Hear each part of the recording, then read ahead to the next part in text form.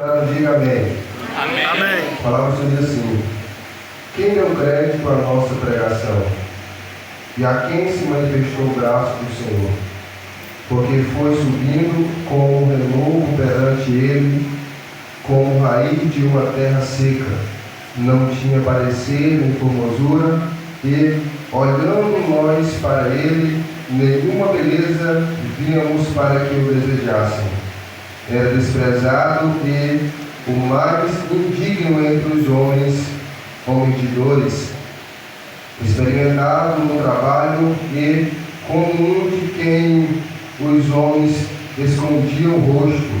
Era desprezado e não fizemos dele caso algum.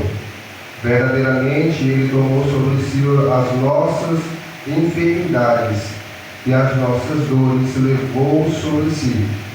E nós o reputamos por aflito, ferido de Deus e oprimido.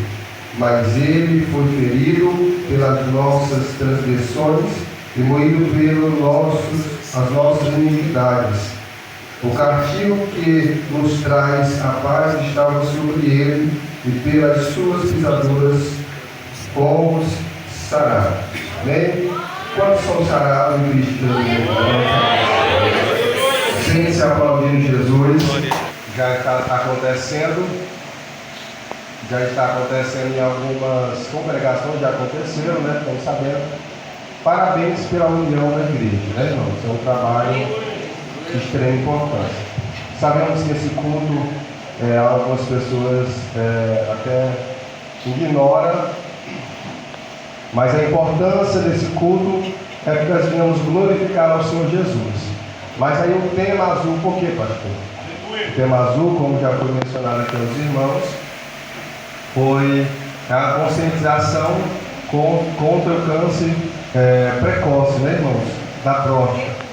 E nós sabemos que foi no ano 2003, foi determinado que seria no mês de outubro, de novembro, melhor dizendo, esse trabalho que iria acontecer contra a conscientização contra a próstata. E nós sabemos que esse é um trabalho de extrema importância sobre toda a sociedade e principalmente a nós, homens, que precisamos ter o cuidado com a nossa vida.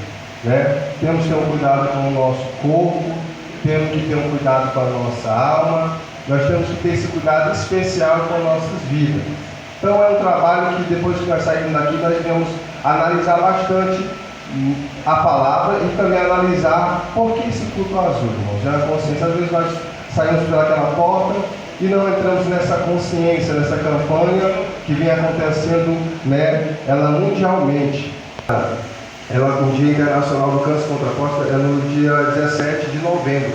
Por isso foi escolhido o mês de novembro para a conscientização do câncer contra a próstata, tá, irmãos? Então é por isso que fazemos este culto e nessa oportunidade de estarmos sendo conscientizados, somos conscientizados também espiritualmente que precisamos trabalhar o nosso espiritual. E entenda uma coisa, para o nosso espiritual também estar bem, o nosso corpo precisa estar bem, certo? Você precisa estar bem. Já observou, irmãos, que algumas pessoas que às vezes ele olha para si mesmo e às vezes algumas coisas aconteceram no decorrer da sua vida, alguns acontecimentos aconteceram, até mesmo talvez alguma coisa aconteceu, até mesmo no próprio corpo da pessoa. E às vezes a pessoa fica desgostoso pelo fato de ter acontecido alguma coisa no seu corpo. O corpo é morada do Espírito Santo de Deus. Então cuide-se do seu corpo, cuide da sua mente, cuide do seu espiritual. Amém? Então entenda bem. Observe, irmão, se a forma de nossa alimentação, por exemplo, eu não sou nenhum médico, eu vou falar só aquilo que Deus colocou no meu coração a ministrar a igreja. No dia a dia, da nossa alimentação, do nosso trabalho. Então temos que ter esse cuidado. Tem pessoas que às vezes vão passar alguma enfermidade, não é para que se manifeste a glória de Deus, e todavia, se Deus quiser, Deus cura, mas é porque eu tomei decisões erradas. Já observou? E a enfermidade dele era mortal. Já parou para pensar, senhores e senhoras que aqui estão? Se você é acometido de uma enfermidade, você agora tem um conhecimento. Observa bem a situação de Ezequias, um dos reis de Judá, ao qual teve um reinado muito glorioso e de obediência diante de Deus. Nós vamos entender. Mas agora ele é surpreendido por uma enfermidade. E a Bíblia diz que a enfermidade era mortal. Verdade. Não se sabe exatamente a causa pelo fato dessa enfermidade. Alguns vão dizer que era uma úlcera. Mas ele estava cometido dessa enfermidade. Ele tem um conhecimento que ele está com uma enfermidade mortal. E agora todos aqui estão, já pensou se você tem um conhecimento? Qual seria a tua reação nesse exato momento em saber que os teus dias estavam contados aqui na terra, apesar de que nós vamos morar na glória que morrer com Cristo Jesus? Aleluia, Jesus. Se nós morremos com Cristo, iremos direto para a glória. Quantos creem assim? Aleluia, Jesus. Amém? Só eu que creio. Aleluia. Quantos creem assim, irmão? Se nós morremos com Cristo, vamos direto para a glória. Levanta a mão assim, só assim, não. Aleluia, Jesus. Glória a Deus. Pode baixar. Agora quem quer morrer agora? Tem alguém que quer morrer agora? Acho que não, né? Eu mesmo quero sentir o vento do arrebatamento. Quantos querem sentir o vento do arrebatamento aqui, irmão? Aleluia, Jesus. Eu quero sentir o vento do arrebatamento, se assim Deus permitir. Mas se Deus levar, é Deus que sabe.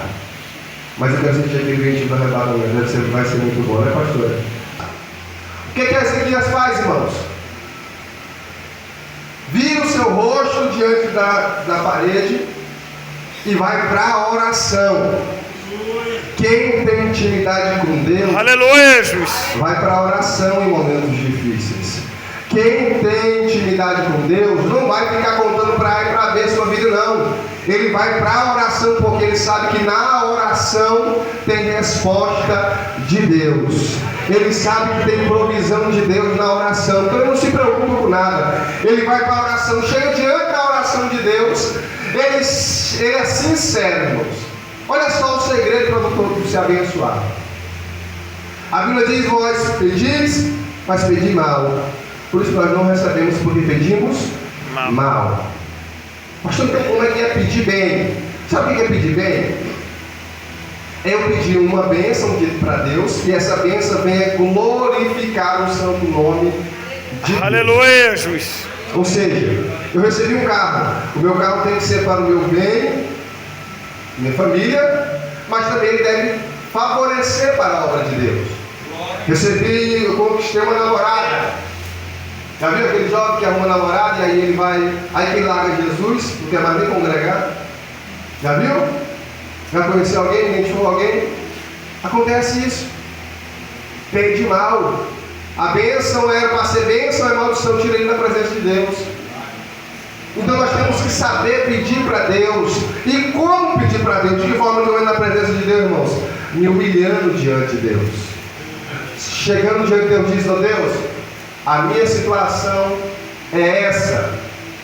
Às vezes diante do altar, diante da igreja, diante dos amigos, dos meus irmãos, eu transpareço alguém tão espiritual, alguém bem, estou sorrindo para as pessoas. Mas no fundo da minha alma eu estou doente espiritualmente falando. Eu estou doente espiritualmente falando. Porque eu não sou sincero diante de Deus. Ezequias chega diante de Deus, coloca a parede, e a Bíblia vai dizer que ele fala diante de Deus. Ele fala: Deus, o Senhor lembra do quando eu fui fiel diante do Senhor. Mas olha só, irmãos, alguém para chegar diante de Deus que é fiel, ele precisa também ser fiel a Deus. Ao menos tem um caso de ser fiel a Deus, porque nós não vamos conseguir ser 100%. Mas nós temos que ter fidelidade diante de Deus, chegar diante de Deus. O meu estado é esse. Eu estou acometido de enfermidade, eu estou passando por isso, a minha situação financeira é essa, o meu casamento está acontecendo assim, os meus filhos estão dessa forma, e eu estou precisando de um milagre, Senhor. O Senhor sabe que eu não precisaria nem falar para o Senhor, mas o meu desabafo para o Senhor é esse, somos sinceros com o Senhor.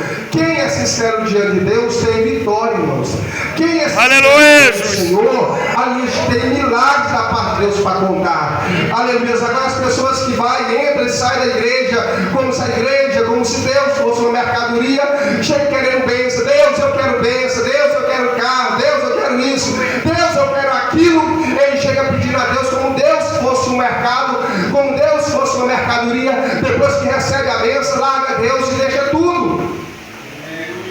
É por isso que muitas pessoas vão morrer, às vezes, com uma enfermidade. Por que, pastor? A Bíblia vai dizer que aquele rico, irmãos, foi acometido de uma enfermidade. Melhor dizendo, aquele Lázaro foi acometido de uma enfermidade. O Lázaro lá de rico e Lázaro. A Bíblia vai dizer, irmãos, que o rico morre, é sepultado, e aí morre também Lázaro. E esse era crente, servia a Deus. Ele estava cometido de uma enfermidade, os cães iam lamber a sua chaga, mas ele não negava o nome de Jesus. Aleluia. Ele morreu com aquela enfermidade, a luz vai servindo a Jesus. Vocês estão entendendo? A luz tem pessoas que vai passar pelo processo, Deus não vai curar ele. Pastor, Deus não vai curar ele, mas Deus quer salvar ele, porque Deus está interessado em quê? Interessado na salvação, irmãos. Quando a gente leu aqui a luz em Isaías, no capítulo de número 53, verdadeiramente ele tomou sobre si as nossas enfermidades e sobre as nossas dores, levou sobre si os nossos reputados, por aflito, ferido por Deus e oprimido. Mas ele foi ferido pelas nossas transgressões, moído pelas nossas iniquidades. O castigo que nos traz a paz estava sobre ele, e aleluia, nós somos sarados. Irmãos, esse sarado, irmãos, não vai significar apenas no físico, mas está falando do espiritual e acerca da salvação. Está falando do sacrifício de Jesus Cristo, que Ele fez por todos nós e nos deu o direito de salvação. A salvação já foi adquirida por nós. Nós adquirimos a salvação da parte de Deus. Agora o que tem que fazer, pastor? É perseverar na oração até a volta do nosso Senhor e Salvador Jesus Cristo, porque Ele está voltando para buscar uma igreja lavada e remida pelo sangue do Cordeiro.